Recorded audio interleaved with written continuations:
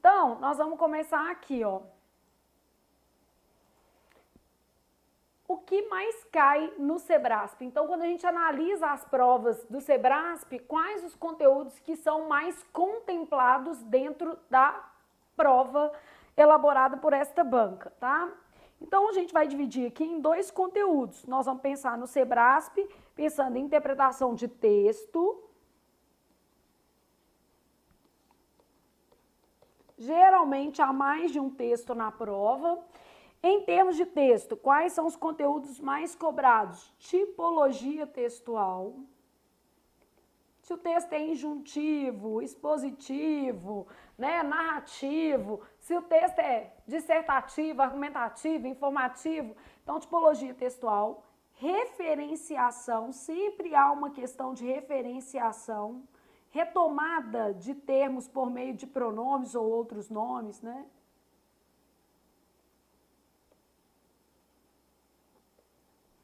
Sempre há uma questão de vocabulário. Eu costumo brincar com vocês, falo assim, se tiver em dúvida, né, de vocabulário, não chuta, tá?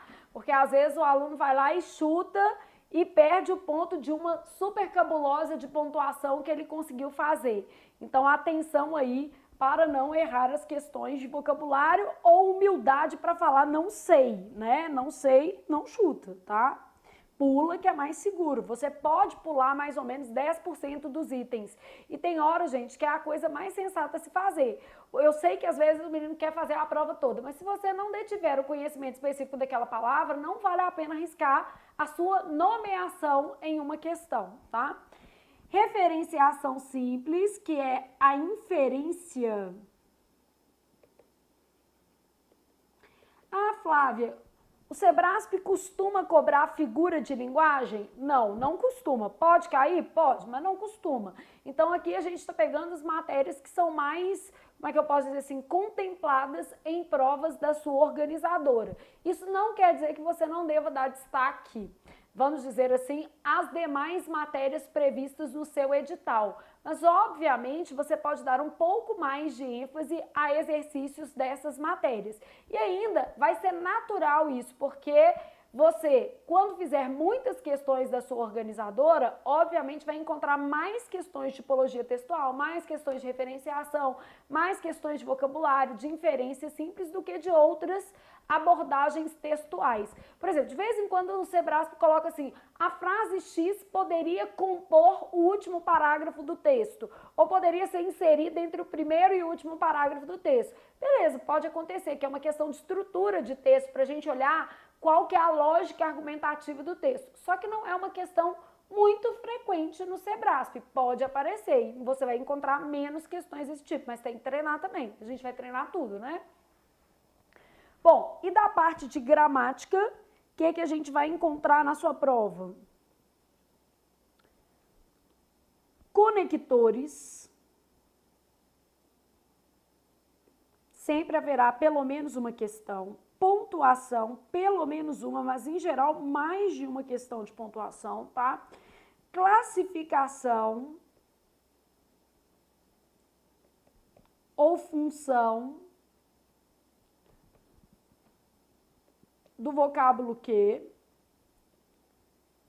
classificação ou função, nós vamos fazer agora uma prova de 2021, né, uma prova bem recente do Sebrasp, e você vai perceber que na prova havia uma questão de que, uma questão de si, duas de conectores, duas de pontuação, então você vai percebendo que realmente são os conteúdos mais recorrentes da sua organizadora, tá? Concordância, regência, crase,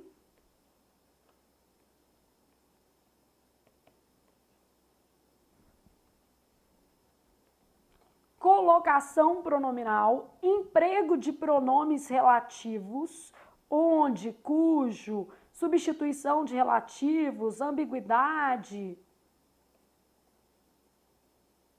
Então, tudo que é pertinente a pronomes relativos, beleza? Então, basicamente, todos esses conteúdos aqui são bem explorados pelo Sebrasp e vamos colocar aqui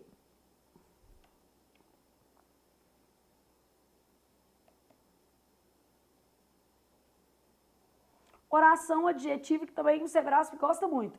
Flávia, ainda dá para colocar mais alguns? Sim, por exemplo, vozes verbais também é uma matéria que o Sebrasp gosta.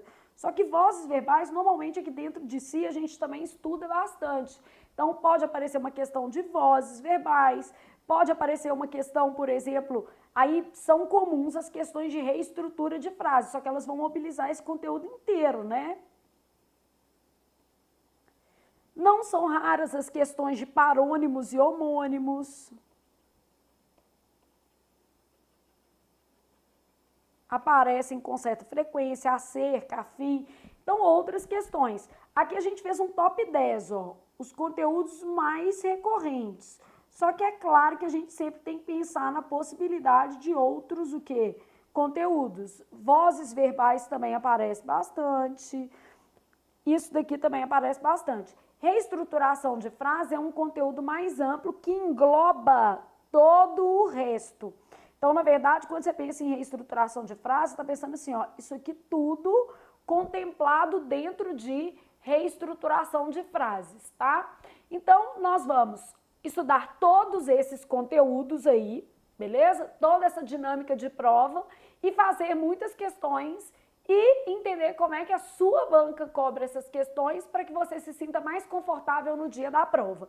E para a gente entender melhor da sua banca, nada mais eficiente do que a gente começar o curso com uma prova. Obviamente, gente, você pode não entender toda a correção da prova hoje, porque nós vamos ter uma aula específica de tipologias textuais, nós vamos ter uma aula específica de tipos de que, nós vamos estudar os fatores de pontuação. Então, na parte teórica, para quem está com o curso teórico mais correção de provas, nós vamos estudar todos esses assuntos em profundidade. E na correção de exercício, nós vamos revisar os conteúdos por meio de questões, beleza? Então, nós vamos revisar esses conteúdos também. Então, no caso aqui, a gente vai começar com uma prova recente para entender como a banca toca dentro da nossa prova. E vamos pegar o gancho da aula de hoje. Você não pode desistir de estudar por conta de adversidades. Imagina que só porque o trem deu uma interrupção aqui, a câmera desconectou, o cabo não funcionou, eu poderia ter virado simplesmente falado assim, como era uma aula, né? Inaugurar, ó, gente, amanhã a gente faz a aula, vamos parar. Não, gente. Imagina se você, na sua primeira dificuldade, colocar obstáculos aos seus projetos e ao seu planejamento do dia. Não faça isso. Então, a primeira coisa que a gente vai fazer neste curso é acordar que você vai ser uma pessoa que planeja e executa. Apesar de, porque todo dia vai acontecer uma coisa, é um pico de luz, é uma chuva, então é apesar de. E tenha sempre, vai começar a estudar, tenha sempre um material de apoio físico, porque se a internet não estiver boa, porque você estiver muito cansado por causa da tela do computador, você tem como fazer algumas questões.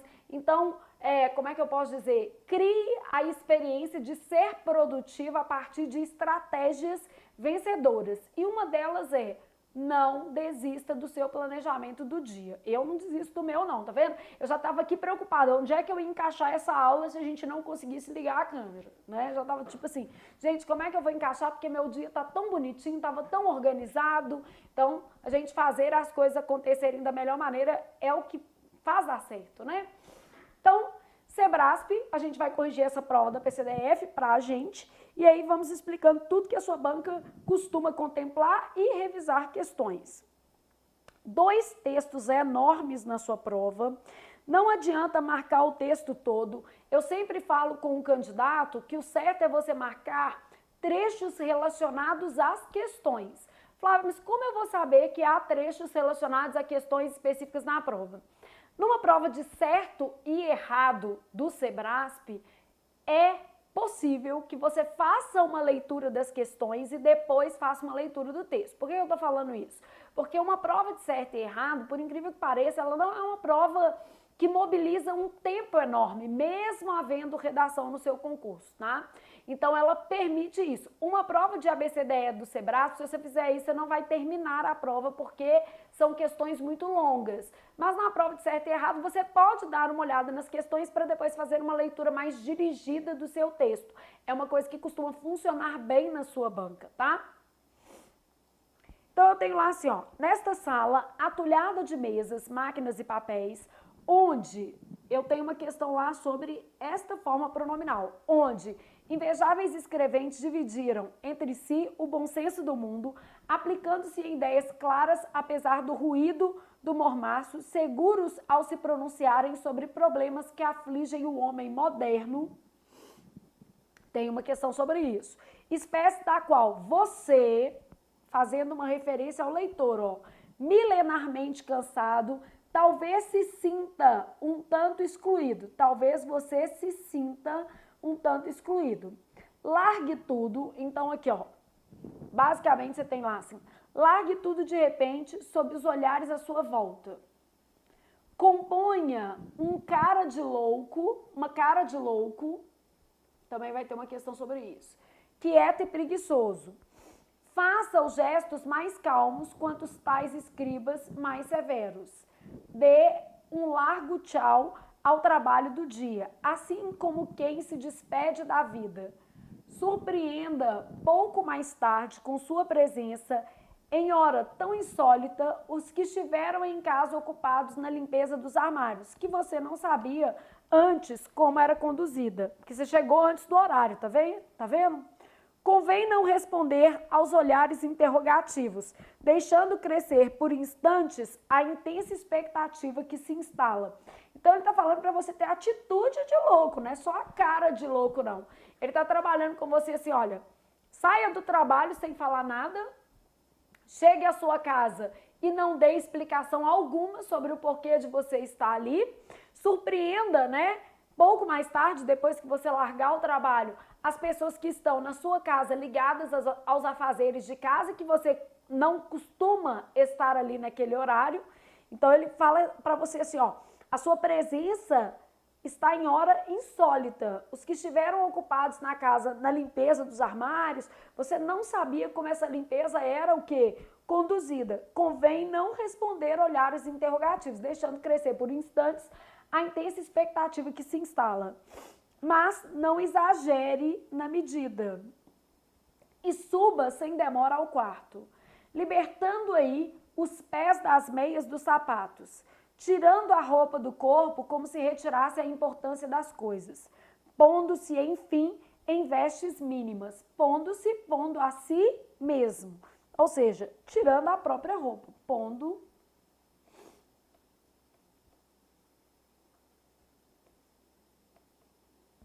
colocando-se em vestes mínimas, quem sabe até em pelo, mas sem ferir o pudor.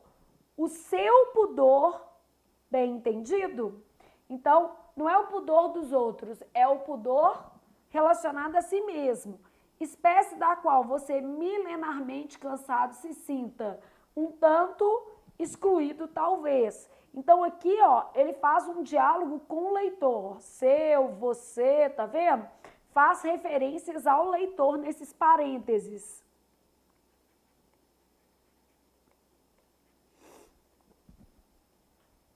Né? Nos dois parênteses aqui, um diálogo com o leitor. Aí depois, essa é uma questão de vocabulário, ó. Como boa verdade, o seu pudor e aceitando ao mesmo tempo, como boa verdade provisória, toda mudança de comportamento.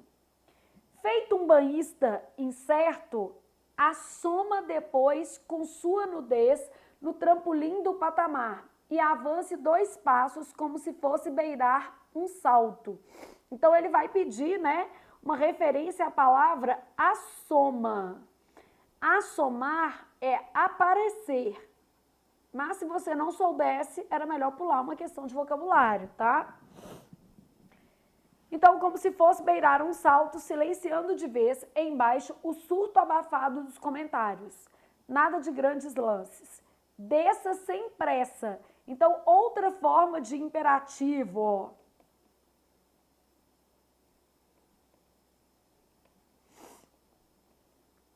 Então, eu tenho desça sem pressa, degrau por degrau, sendo tolerante com o espanto. Coitados, fazendo uma referência aqui, né, a outros dentro da perspectiva do texto, né? Aí a gente tem lá assim, degrau por degrau, sendo tolerante com o espanto. Coitados dos pobres familiares, que cobrem a boca com a mão enquanto se comprimem ao pé da escada. Para olhar, né?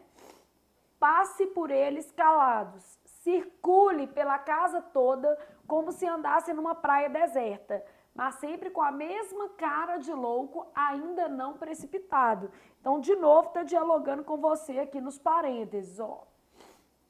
E se achegue depois, com cuidado e ternura, junto à rede, languidamente envergonhada entre plantas lá no terraço. Largue-se nela como quem se larga na vida e vá fundo nesse mergulho. Cerre as abas da rede sobre os olhos e com um impulso de pé, já não importa em que apoio, goze a fantasia de se sentir embalado pelo mundo. O texto do Raduan Assar está no livro Os Melhores 100 Contos Brasileiros do Século.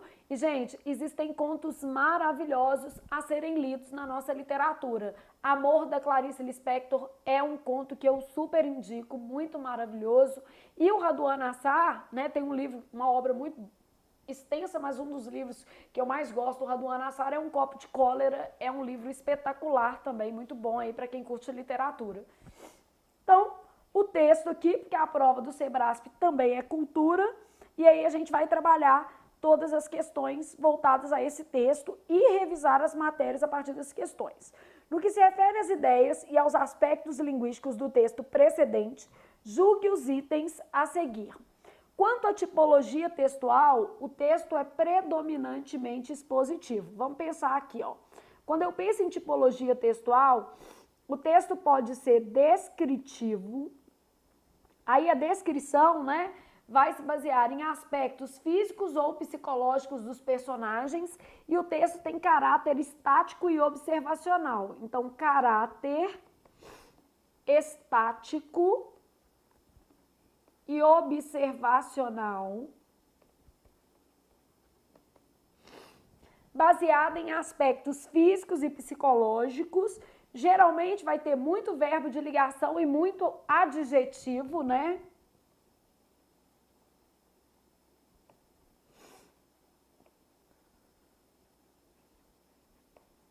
Que a gente vai trabalhando esses conceitos aqui. Então, em geral, apresenta muitos verbos de ligação e muitos adjetivos.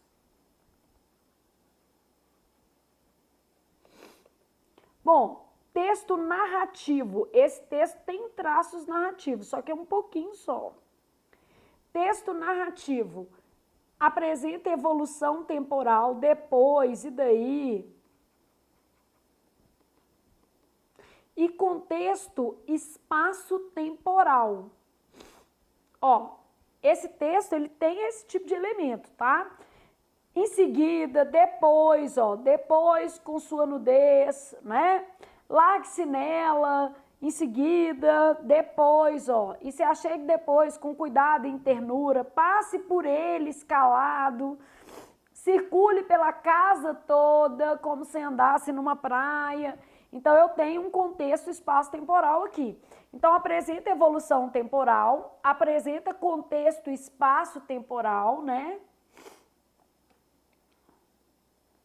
Então, apresenta evolução temporal, contexto espaço-temporal, possui narrador com enredo e personagem, né? Pode ser um narrador observador, pode ser um narrador personagem. Isso não faz diferença para efeito de se tratar de uma narrativa, tá? Bom, como o texto é um conto, ele é uma narrativa, só que essa narrativa ela tem traços de exposição também. Então, a gente vai falar o quê? Desculpa. Como é um conto, ele é uma narrativa, só que essa narrativa ela tem traços de injunção também por causa dos verbos no modo imperativo. Então, o que vai ser esse texto de natureza injuntiva, tá? A injunção, basicamente, gente, é um texto procedimental, de orientação. Bula de remédio, né? Receita de bolo. E aqui, na verdade, ele te dá uma receita. Sabe qual que é a receita que ele te dá? Como ser louco, como fazer papel de doido dentro desse contexto aí do texto. Então, ele traz toda essa noção aí da loucura para o texto. Então, injunção é um texto procedimental de orientação e esse texto tem essas características. Há um predomínio de verbos no imperativo ou no infinitivo com valor de imperativo. Ou no infinitivo com valor de imperativo, tá?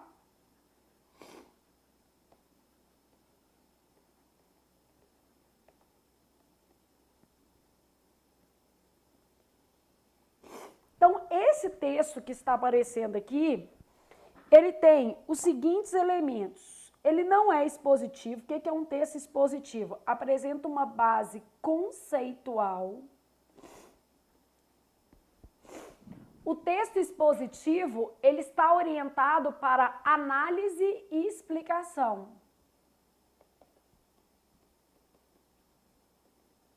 O que é, né? Então, vamos supor que eu falasse assim, ó. As súmulas vinculantes são instrumentos do poder judiciário que objetivam decisões mais equânimes. Isso daí que vai ser um texto de natureza injuntiva. Vai falar para que serve. Por exemplo, eu não estou dando os conceitos para vocês das tipologias textuais, eu não estou explicando o que é um texto dissertativo, o que é um texto narrativo, o que é um texto injuntivo. Isso é uma aula expositiva. Eu não estou inventando, eu estou me pautando na realidade, eu estou tentando fazer uma análise desses conceitos e uma explicação. Por isso que é uma aula expositiva, beleza?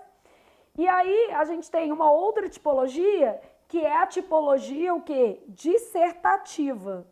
Estou fazendo aqui uma revisãozinha porque já, né? Então, o texto pode ser dissertativo expositivo, dissertativo argumentativo, né? Então, dissertar é falar sobre, né? Então, apresenta-se uma tese acerca de um dado tema.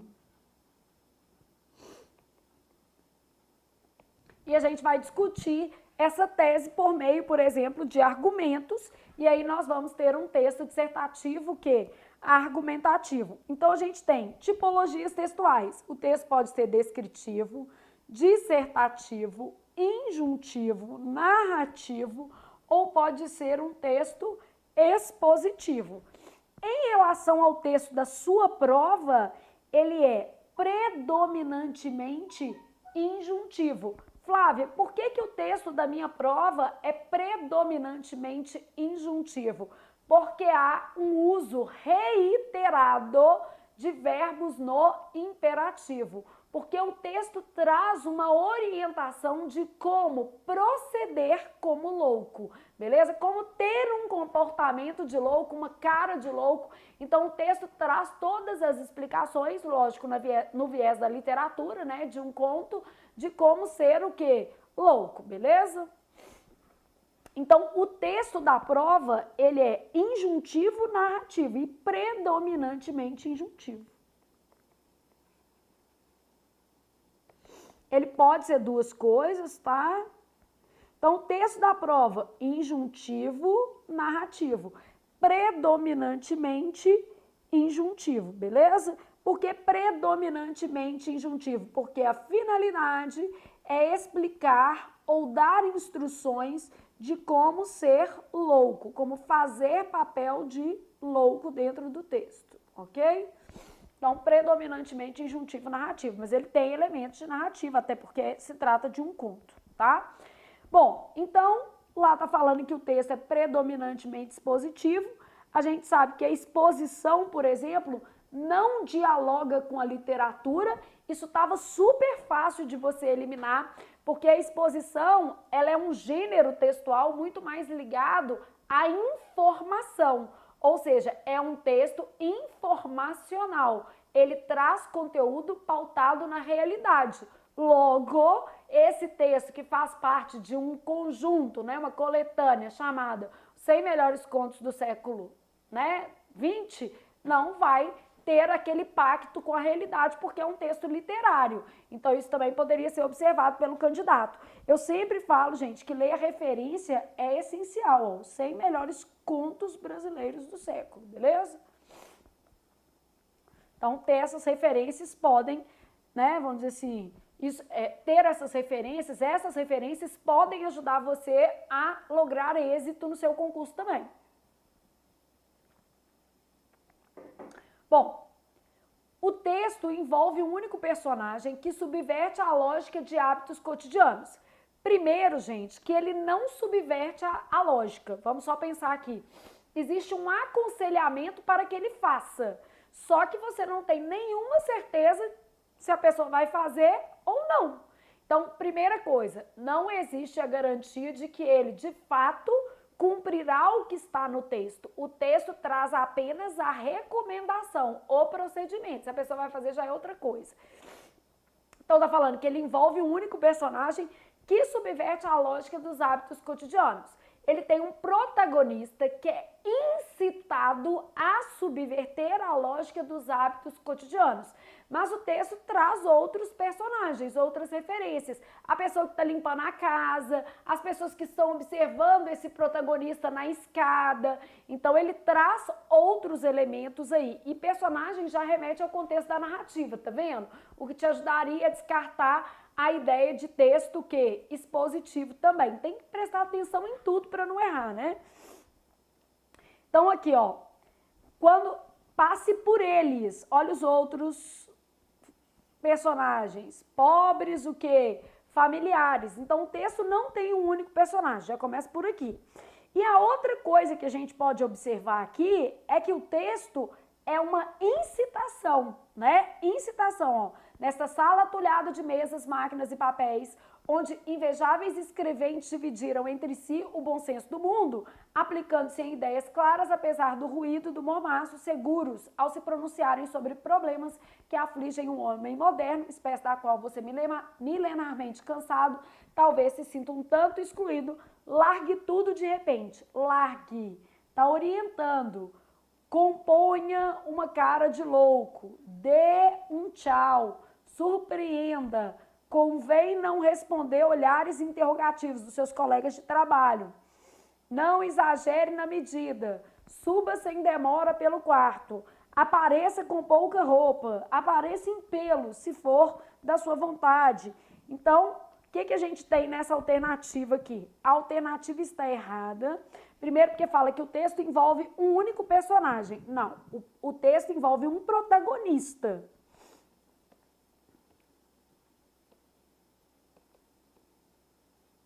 Mas existem outros personagens, tá? O texto envolve um protagonista que é isso aqui, ó. Então, o texto envolve um protagonista que é aconselhado a subverter a lógica cotidiana, passando-se por louco. Então, envolve um protagonista. Mas, obviamente, a gente não tem apenas um personagem nesse texto e, por isso, está errado. E também ele não subverte, ele é aconselhado a subverter. Isso aqui tem que ficar bem claro para vocês, tá?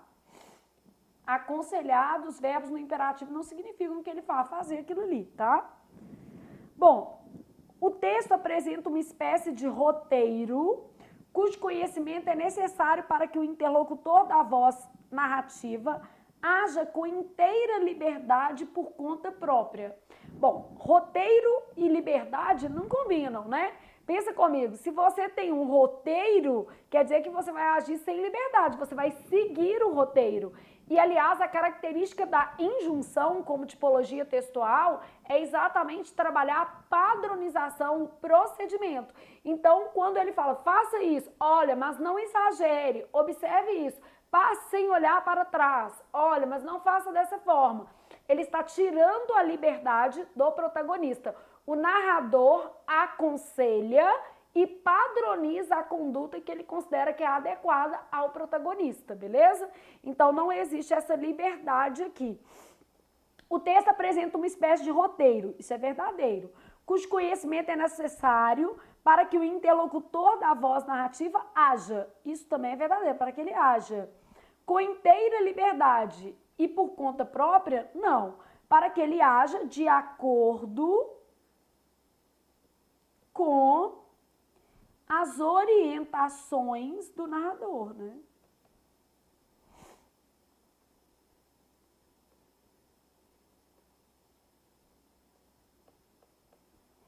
Então, o interlocutor da voz narrativa haja com inteira liberdade. Não, para que ele haja de acordo com as orientações, né? Para que o protagonista haja, né? Com esse interlocutor da voz narrativa é o protagonista, tá? Para que o protagonista haja de acordo com as orientações da voz narrativa. Então, essa liberdade não está presente no texto, né? Muito pelo contrário. O texto, que é injuntivo, ele é narrativo e injuntivo, traz um procedimento, uma padronização do comportamento.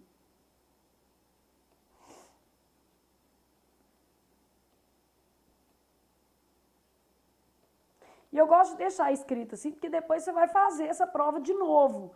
Então, basicamente, é como se você já tivesse seu exercício comentado, né? Você consegue entender melhor ali o que a gente pensou em cada questão. Então, nosso problema é agir com inteira liberdade por conta própria. Não são inferências possíveis a partir do texto.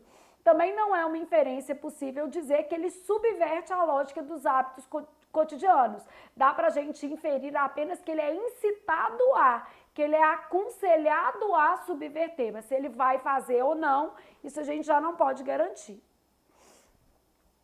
Então, beleza. Ai, Flávia, mas 3 erradas eu ia ficar com muita dúvida. Meu filho, então cuidado, porque a gente tem uma sequência com mais 1, 2, 3, 4, 5, 6, 7 certas.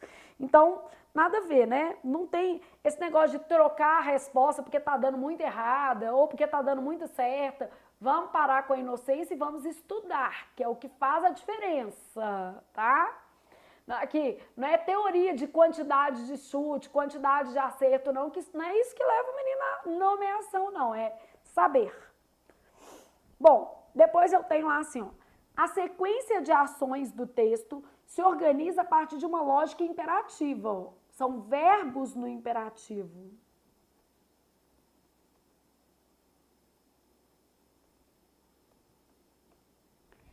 De que os atos e as palavras referidos devem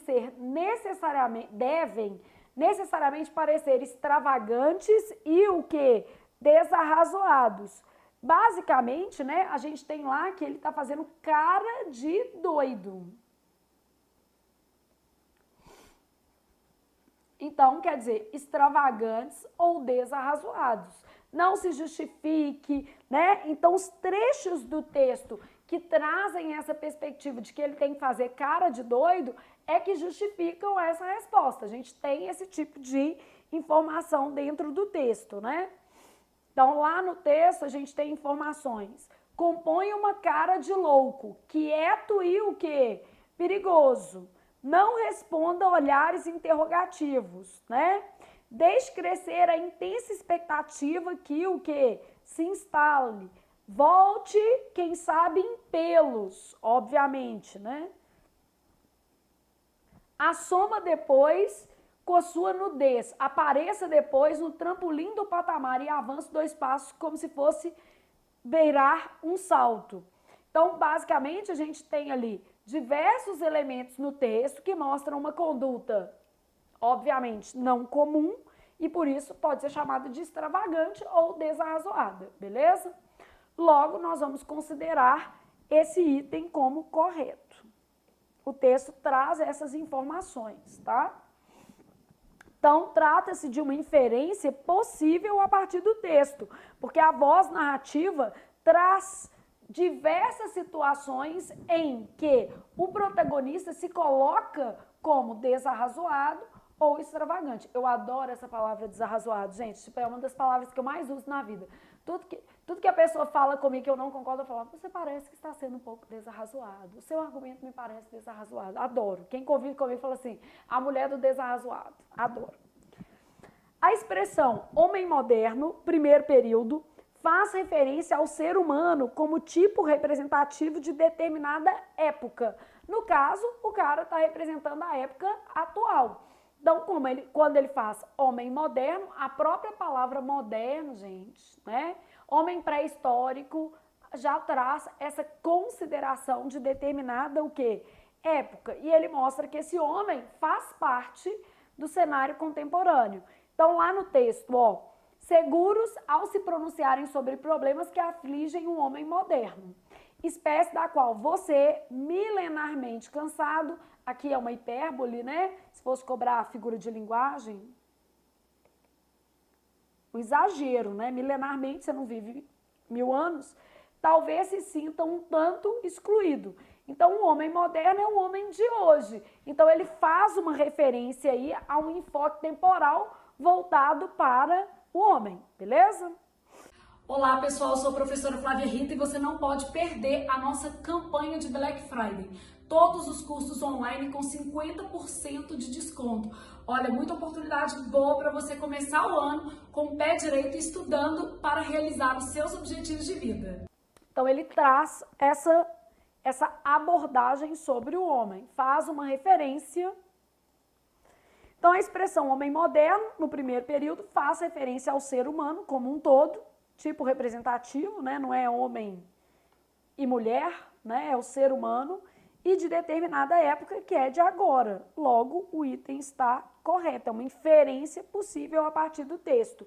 Então, a palavra homem não se limita ao gênero masculino. Esse você que ele fala, né? Qualquer leitor. E moderno, né? Faz uma indicação temporal de hoje.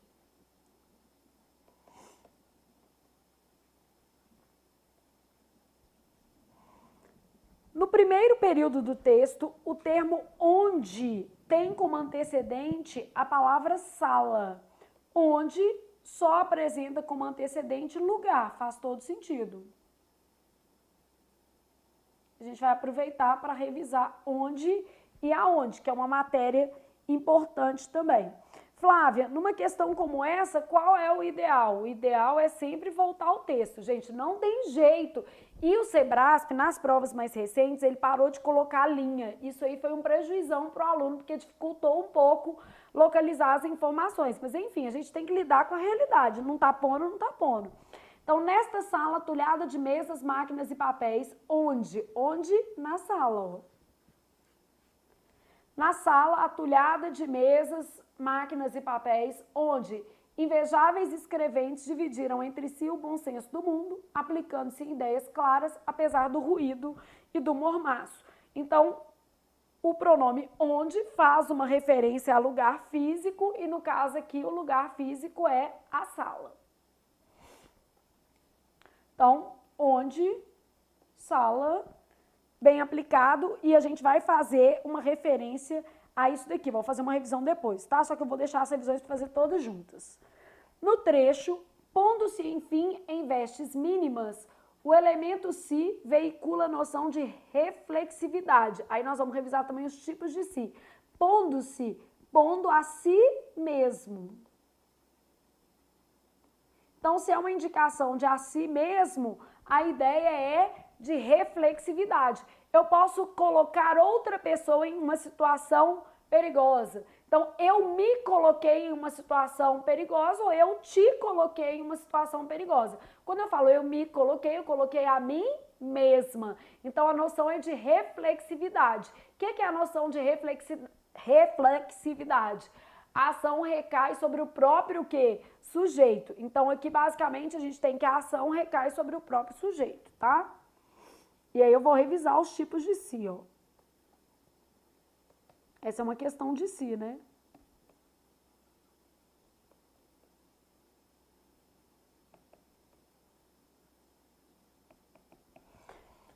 Então, essa daqui, ó, tipos de si. só para a gente identificar a matéria, e aí a gente vai trabalhar isso aqui numa revisão, tá? Questão 8. No trecho, feito um banhista incerto, assoma depois com sua nudez. Assomar é o mesmo que aparecer. Mas, por exemplo, se eu estivesse fazendo essa prova, eu ia ter dúvida nessa questão. Assoma depois com sua nudez no trampolim do patamar. Pelo contexto, dá para perceber que é no sentido de apareça, surja. Então, assoma depois, surja. Assoma foi empregado no sentido de surgir, surja. Certa é uma questão de vocabulário, para você mapear aí as matérias.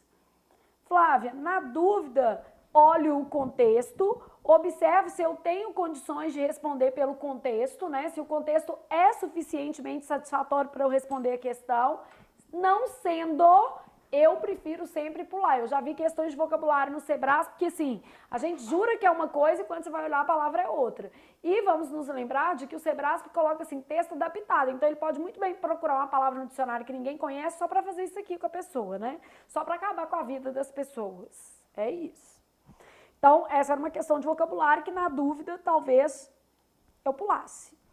No trecho, largue tudo de repente, sob os olhares à sua volta. Só que essa daqui, por exemplo, ó, já é uma questão super legal. É uma questão de crase e ela é bem técnica, igual essa de tipos de si. Super técnica, então o aluno vai saber essas coisas se ele estudou, né? Largue tudo de repente sob os olhares à sua volta. O uso do acento indicativo de crase é facultativo. Verdade, ó. A crase é facultativa antes de pronomes possessivos femininos no singular que não subentendam palavras, né? E nós vamos revisar isso. A crase é facultativa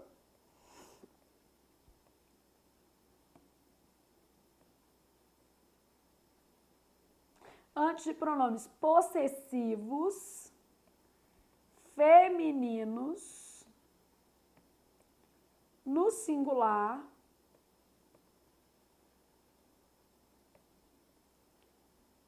que não subentendam palavras.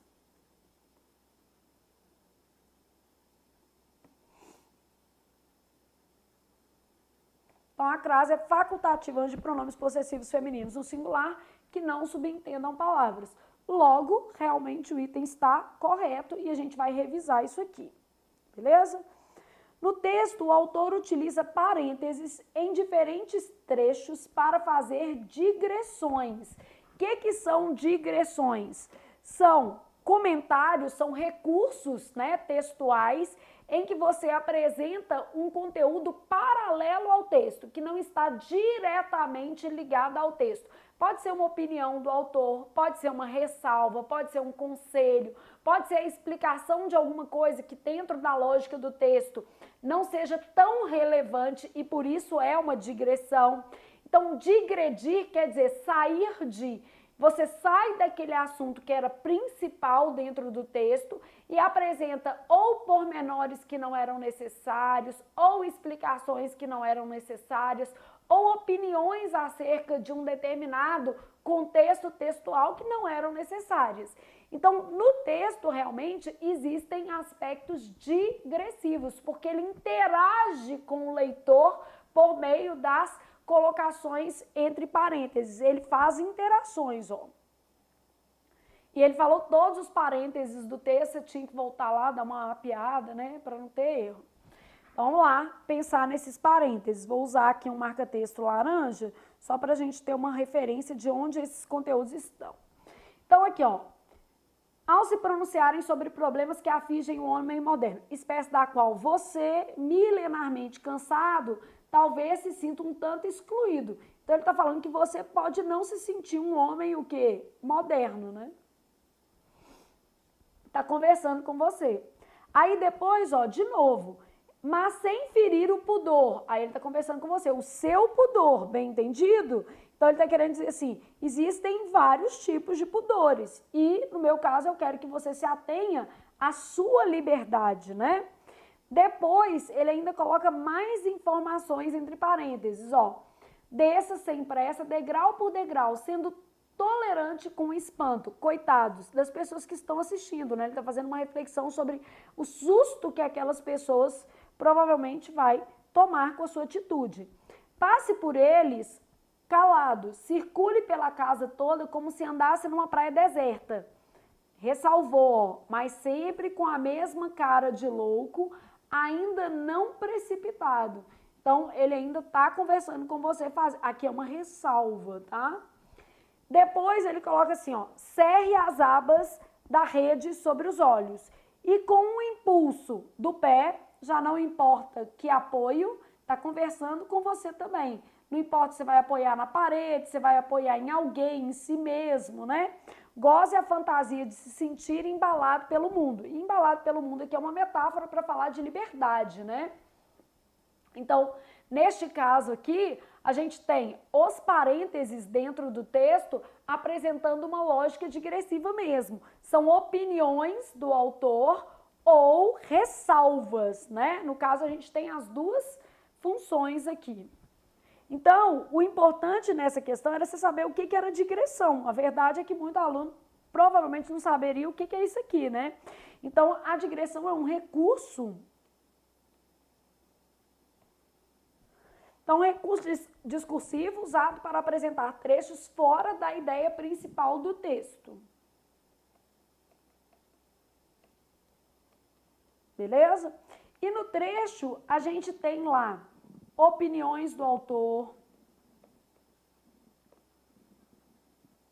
ressalvas, que foi o que basicamente apareceu ali para a gente ver no texto, beleza? Bom, então nós vamos revisar tipos de si, crase, e vamos revisar também isso aqui, ó, emprego de onde.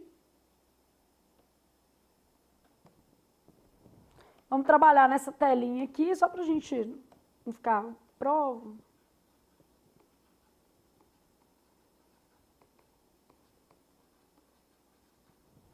Primeira coisa que a gente sabe é que essas formas pronominais devem ter como referente apenas lugar. Tanto onde quanto aonde devem ter como referente apenas o quê? Lugares, beleza? Aí, o que acontece? Onde a gente vai usar para lugar fixo com regência em. E a gente já pode trabalhar até os principais verbos que pedem essa regência. Aonde mobilidade. E a gente vai trabalhar a regência a. Principais verbos que vão exigir onde? Morar, residir, domiciliar, ficar, entregar, estar. São verbos que pedem a preposição em, beleza? No caso aqui, aonde a gente vai ter mobilidade, a gente vai trabalhar com esse grupo aqui, ó, CVC, ir. Chegar, voltar, comparecer, ir e retornar. Tudo por uma boa viagem. Não sei se aí no seu estado tem CVC, mas aqui em Belo Horizonte a gente tem. Chegar, não tô ganhando nada para falar CVC não, tá? Ir e retornar. É só um mnemônicozinho que a gente tem aqui para trabalhar. Muito pelo contrário, cheio de crase errado nos panfletos. Chegar, voltar, comparecer, ir e retornar são os verbos mais comuns aí associados à preposição a. Então, vamos supor que eu tivesse assim, ó. Houve uma época, aí você vai pensar aqui, né? Então, ó, vou pensar nas situações aqui. Houve uma época, o que eu vou colocar? Onde, aonde, outra coisa. O que você acha que vai caber aqui nesse contexto? Houve uma época, nem onde, nem aonde, né, meu filho? Porque Não é lugar, é porque é tempo. Houve um ano onde, mesmo sendo um ano da pandemia, meu filho, foi muito difícil, mas enfim, não dá para usar nem onde, nem o quê. Aonde? Houve um ano em que, houve um ano no qual, houve uma época em que, houve uma época no qual, houve um tempo em que, uma época na qual, tá? Houve um ano em que, houve um ano no qual, houve uma época em que, houve uma época na qual as coisas, né, foram mais difíceis. Então, neste caso aqui, a gente não vai poder usar nem onde, nem aonde. Por quê? A primeira questão é que o referente deve ser o quê? Lugar. Então, houve uma época em que, houve uma época na qual as pessoas eram mais educadas. Na sala em que estávamos, tá certa, ou na sala onde estávamos. Nada impede que a gente, por exemplo, tenha uma questão do Sebrasp pedindo a substituição. Na sala em que estávamos ou na sala na qual estávamos, as três formas são corretas. Aqui eu não posso usar nem onde e nem aonde. E aqui, como é o verbo estar, eu não posso usar aonde, né? Só posso usar onde. O local aonde comparecemos para depor era adequado. Quem comparece, comparece a. A regência desse verbo é a regência a. E a regência deste verbo é a regência em. Flávia, eu poderia colocar assim, o local ao qual comparecemos? Posso.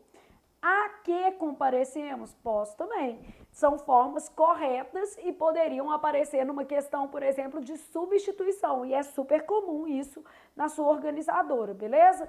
Então, o que eu quero te mostrar é o seguinte. Tanto a forma onde quanto a forma aonde só podem ser usadas com referência a lugares. Em situações de tempo, nós vamos usar outros mecanismos de relação, outros mecanismos coesivos, em que, no qual, na qual, enfim, o que couber dentro do contexto discursivo. Quando eu posso usar onde, não significa que eu só possa usar onde. Eu tenho outras formas pronominais igualmente corretas. Eu preciso observar a regência para fazer a substituição. Então, na sala em que estávamos, na sala na qual estávamos ou na sala onde estávamos, as três frases são corretas. O local aonde comparecemos, ao qual comparecemos ou a que comparecemos, as três construções são corretas, beleza? De acordo com a norma culta. Então, dá para pensar nisso aí? Perfeito? Bom, e aí passando então para agora tipos de si, que também é uma matéria que despenca e faz todo sentido a gente pensar em tipos de si.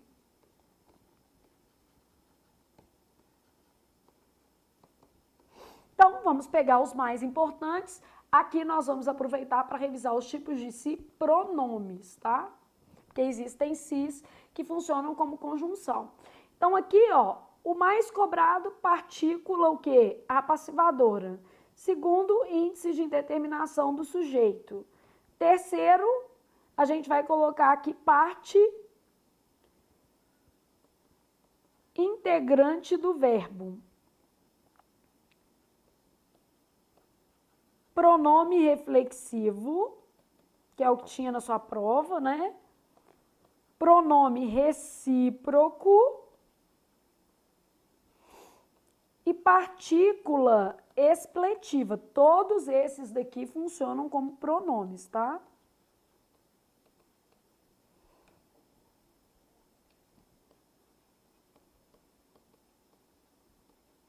Assim, porque quem tiver menos domínio, né?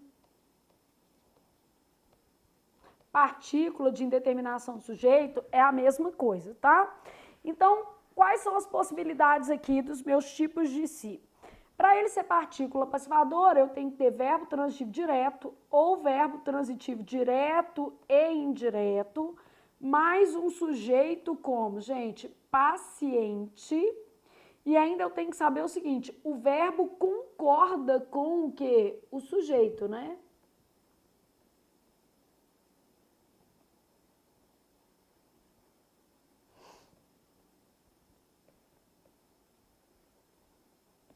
Então, o verbo realiza aí as relações de concordância.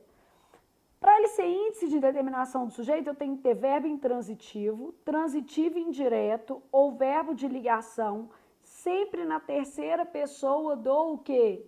Singular, mais um sujeito como indeterminado, que não está escrito na frase e nem subentendido.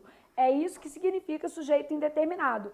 Ele existe, então quando eu penso em sujeito indeterminado, ele existe, mas não está escrito nem implícito na forma verbal, beleza? Bom, depois eu tenho pronome integrante do verbo, que é a mesma coisa de parte o quê? Integrante do verbo. Aqui a gente vai ter uma situação de verbo pronominal. Quando o verbo é pronominal, significa dizer que o pronome não tem função sintática e nem semântica, mas não pode ser suprimido, tem que estar ali. Então, o pronome não tem uma função sintática específica e nem semântica, não tem valor de a si mesmo, não tem valor de um ao outro, mas ele faz parte do verbo e, portanto, não pode ser suprimido, tá? Quando eu falo que ele integra o verbo, eu quero dizer não dá para suprimir, não pode tirar. Então, ele não tem função, mesmo assim, ele integra o verbo, não pode ser o quê? Retirado, beleza? Pronome reflexivo. O que acontece com o pronome reflexivo? Primeira coisa, que ele é igual a si mesmo. Bom, então ele já tem uma carga semântica, né? Então, a ação recai sobre o próprio sujeito. Pronome reflexivo. Pronome recíproco tem valor de um ao outro. Vai dar uma ideia de reciprocidade. Então, essa ideia de um pratica a ação sobre o outro, né? Então, um agente pratica a ação sobre outro que? Agente. Partícula expletiva. O que acontece quando a gente tem uma partícula expletiva? Pode ser suprimida.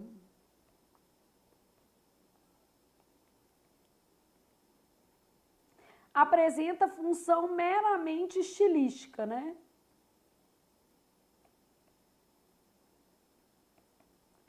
O que é uma função estilística? Não tem função sintática nem o que? Semântica. Pode retirar e não faz falta dentro do contexto discursivo. Então, quando você pensa em partícula passivadora, por exemplo, você tem lá assim, ó.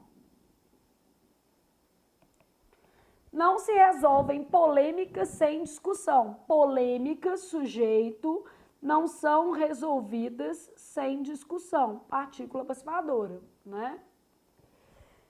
Índice de indeterminação do sujeito. Olha aqui, eu vou colocar um verbo que aparenta ser direto, mas nessa frase não é, ó. Vende-se muito em determinados períodos do ano.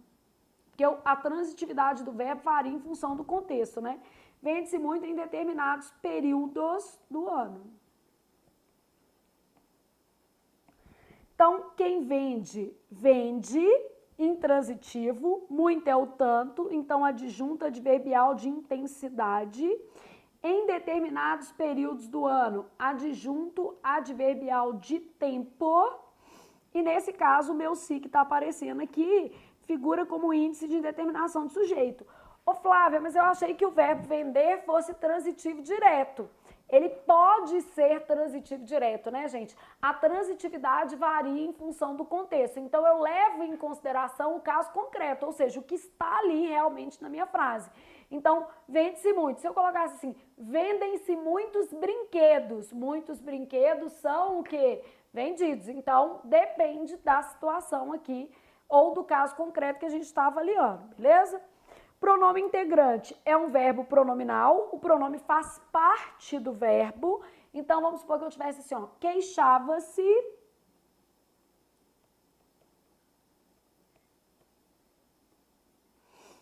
Dos amigos do marido. Dos solteiros, né, gente? Aqueles que levam para o mau caminho. Não vou me queixar de todos, não.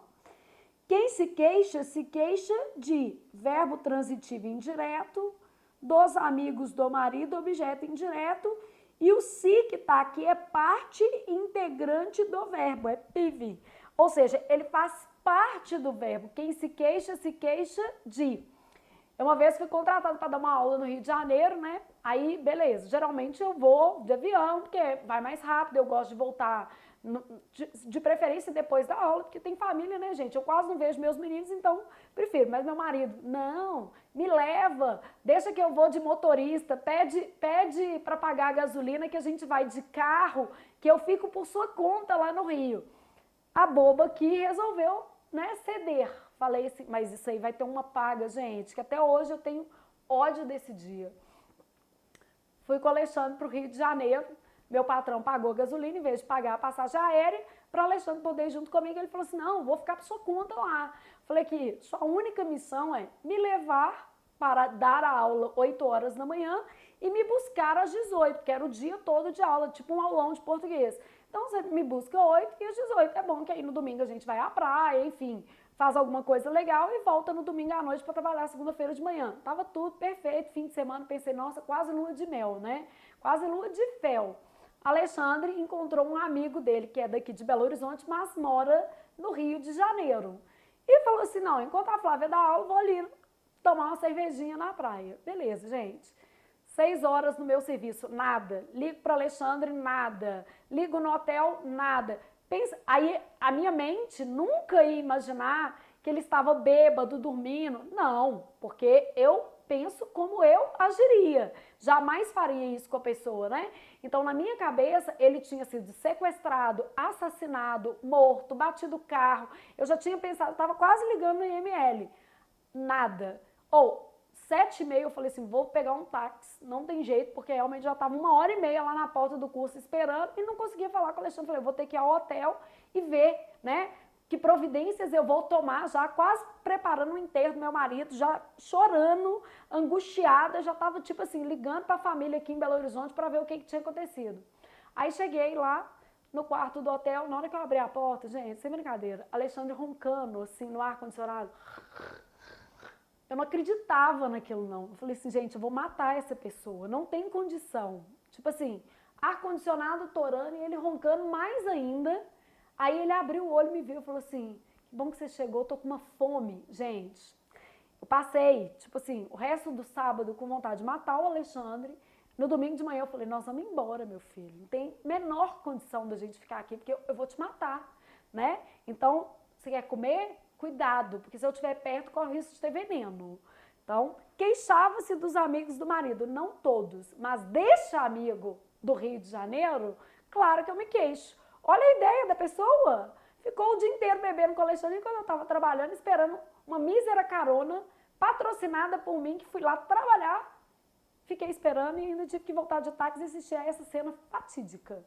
A vida não é perfeita, gente. Os maridos também não. Flávia, mas você perdoou, continuou casado? Perdoei, né, gente? Isso aí não é imperdoável, não. Mas paga vai ter. Estou só esperando o momento exato de deixá-lo esperando em algum lugar. Bom, então, neste caso aqui, queixava-se dos amigos do marido, você tem o verbo queixar-se funcionando como verbo que? Pronominal, beleza? Pronome reflexivo vai ter a ideia de a si mesmo. Considerava-se uma boa pessoa, exceto pelo traço de vingança, né? Então, considerava-se uma boa pessoa, considerava a si mesma, beleza? Então, neste caso aqui, considerava a si mesma. Pronome recíproco, eles não se falaram por dias, um com o outro. Meu caso com o Alexandre nesse dia. Então, eles não se falaram por dias, um com o outro, beleza? Então, no caso aqui, um com o outro. Partícula expletiva pode ser suprimida, tem uma função estilística dentro do contexto do texto. Então, por exemplo, acabou-se o tempo da inocência. Então, acabou-se o tempo da inocência, o que a gente está dizendo aqui é que o tempo da inocência, sujeito, acabou. Esse se pode ser suprimido sem prejuízo do contexto da frase, beleza? Então, aqui são os tipos de sis que a gente tem.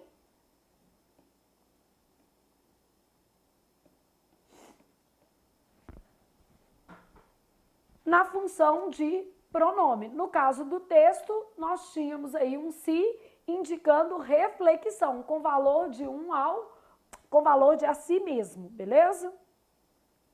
Bom, e a última coisa que a gente vai revisar dessa prova, que apareceu desse pedaço dessa prova, né, é crase na perspectiva de caso facultativo. Então, o que eu tenho de caso facultativo de crase, gente? Antes de pronomes possessivos, femininos no singular que não subentendam palavras.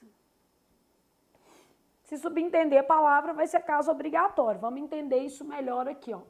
Vamos supor que eu tivesse assim, ó, referiu-se às suas amigas. Vamos pôr no plural também aqui, ó. Referiu-se às suas amigas. Sua ideia foi semelhante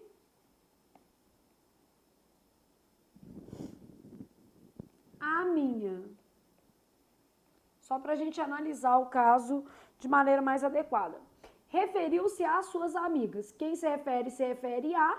E aqui não apareceu o artigo, ó. É um caso proibido, gente. Porque eu tenho um a singular seguido de palavra plural. Se eu tenho um a singular seguido de palavra plural, isso é caso proibido de crase.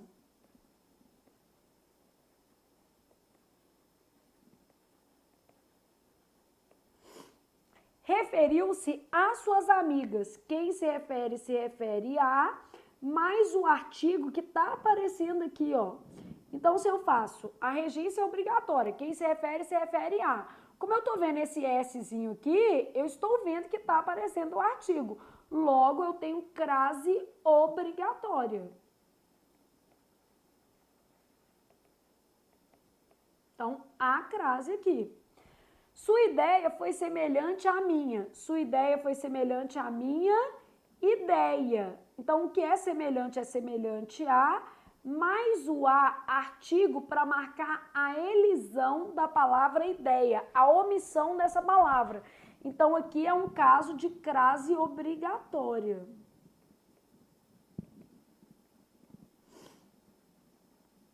Então, tem que ter. Era favorável à sua ideia. Quem é favorável a. O artigo antes do pronome possessivo é facultativo, então pode ser sem ou com. Era favorável à sua ideia e era favorável à sua ideia. Cumpridas as condições de ocorrência, eu tenho que o artigo é facultativo antes do pronome possessivo e, portanto, a crase o será. Mas eu preciso avaliar, né?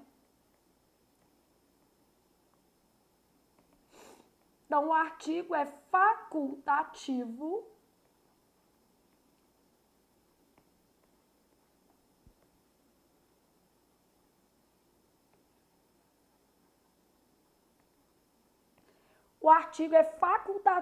antes de pronome o quê?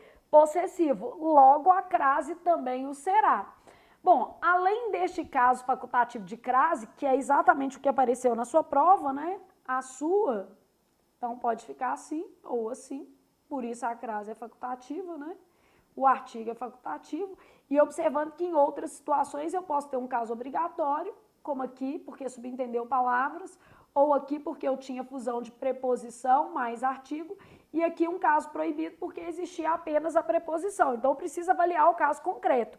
Antes de pronome possessivo, a crase vai ser facultativa se esse pronome possessivo for feminino e estiver no singular e não subentender a palavra. Em outras situações, ou eu vou cair em caso proibido ou eu vou cair em caso obrigatório. Bom, e eu tenho que ter o termo regente pedindo a preposição a, né, gente? Porque senão não adianta. Ainda tenho outros casos facultativos, né? O que mais que eu tenho de casos facultativos? Depois da preposição até,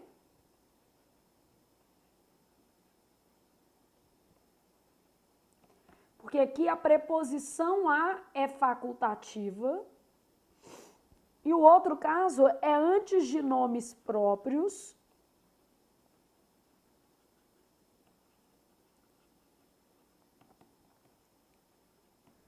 femininos, sem sobrenome. Não pode ser uma personalidade também, né? Então, antinome próprio sem sobrenome. Depois da preposição até, vou até a ou a escola, caso facultativo. Antinomes próprios femininos, referiu-se a ou a Flávia, por exemplo. Pode ser Flávia Rita. Flávia Rita é breguice, é nome próprio. Minha mãe, que era devota de Santa Rita, colocou Flávia Rita. Minha irmã ainda chama Rita de Cássia, né? Então, vou até a escola, referiu-se a ou a Flávia Rita. São outros casos facultativos de crase. Aí o aluno pergunta assim, Flávia, só existem esses três relacionados à matéria de crase, somente esses três. O que pode acontecer é, por exemplo, em função da regência, você ter um outro caso facultativo de crase. Vou te dar um exemplo. A regência do verbo atender é uma regência preferencial. Quando ele está acompanhado de coisas, ele é preferencialmente transitivo, indireto e exige a preposição a. Isso o verbo atender, e inclusive um verbo que já caiu muitas vezes no Sebrasp. E aí, ocasionalmente, a gente tem questões de crase facultativa, mas é por causa da regência do verbo, né? Porque o verbo pode ser regido pela preposição a ou não, beleza? Então, esses são os casos relativos à crase puramente. Mas como a crase depende também da preposição, eu posso ter situações em que a preposição a é facultativa e em decorrência disso a crase também o será, ok? Então aí revisando esses casos de crase facultativa aqui que a gente tem também na nossa língua. Olá pessoal, eu sou a professora Flávia Rita e você não pode perder a nossa campanha de Black Friday. Todos os cursos online com 50% de desconto. Olha, muita oportunidade boa para você começar o ano com o pé direito estudando para realizar os seus objetivos de vida.